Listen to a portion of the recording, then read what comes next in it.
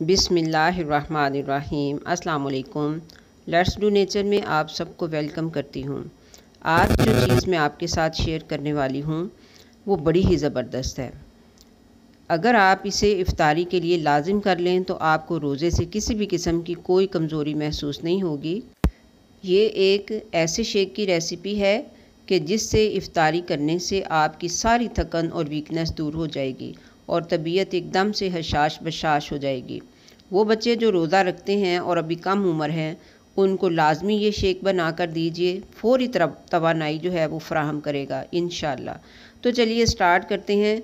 लेकिन इससे पहले वो लोग जो मेरे चैनल पे नए आए हैं वो चैनल को ज़रूर ही सब्सक्राइब कर लें और अगर वीडियो अच्छी लगे तो लाइक और शेयर भी कर दें और अगर बेल आइकन को भी प्रेस कर देंगे तो मेरी हर वीडियो सबसे पहले आपको देखने को मिल जाएगी। तो सबसे पहले मैंने ये 6 खजूरें ली हैं, इनको धोकर इनकी गुठलियाँ निकाल दी हैं। अब मैं थोड़ा सा गर्म दूध डालकर इनको रख दूँगी ताकि ये सॉफ़्ट हो जाएं।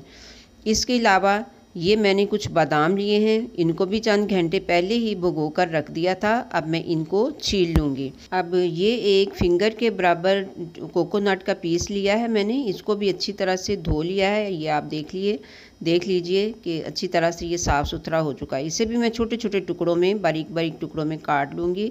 ये एक सेब और 3 केले हैं, इनको भी मैंने अच्छे से धो लिया है। अब इनको भी मैंने इनको छील के तो इनको काट लिया है। ये सेब भी काट लिया, ये सब्ज़ इलायची 2 सब्ज़ इलायची के ये दाने हैं वो भी निकाल लिए और ये केले भी काट लिए हैं।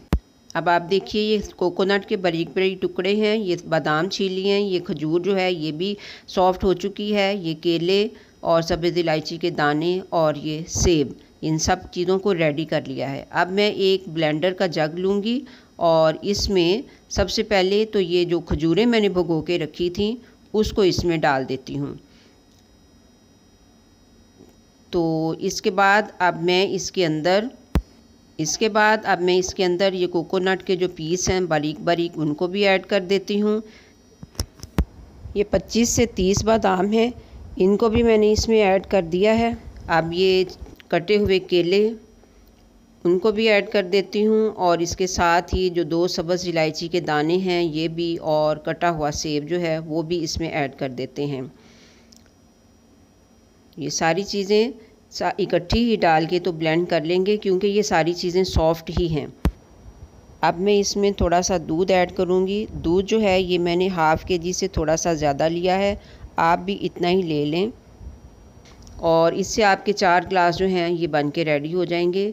ये मीठा कम लगे तो आप थोड़ा सा रूह अफ़ज़ा या जामे शीरीन डाल लें। मैं ये आज गुड़ का शरबत जो है वो डाल रही हूँ, गुड़ का शीरा बना के रखा है उसको डाला है।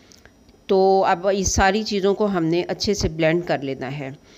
तो ये देखिए ये मैंने 2 ग्लासों में बर्फ़ डाल ली और अब ये शेक हमारा जो है ये बन के रेडी हो चुका है, खूब अच्छे से ब्लेंड हो चुका है। ये शेक ज़बरदस्त हेल्दी और टेस्टी है। जब आप बनाएंगे तो आप इसको मान जाएंगे कि ये वाकई में बहुत टेस्टी है और फ़ौरी तौर पे एनर्जी फ़राहम करने वाला भी है। तो उम्मीद करती हूँ आपको ये शेक जो है ये पसंद आएगा। आप इसको इफ़्तारी में 1 से 2-3 गिलास पी लें और इत्मीनान से नमाज़ पढ़ने के लिए चले जाएं और आपको किसी भी किस्म की कोई कमज़ोरी महसूस नहीं होगी, तबीयत फ़्रेश होगी। बाद में आपका जब दिल चाहे तो फिर आप खाना खा लीजिए। तो उम्मीद करती हूँ आप ज़रूर इसको ट्राई करेंगे। मिलते हैं फिर नेक्स्ट किसी ऐसी ही अच्छी और हेल्दी रेसिपी के साथ इंशाअल्लाह।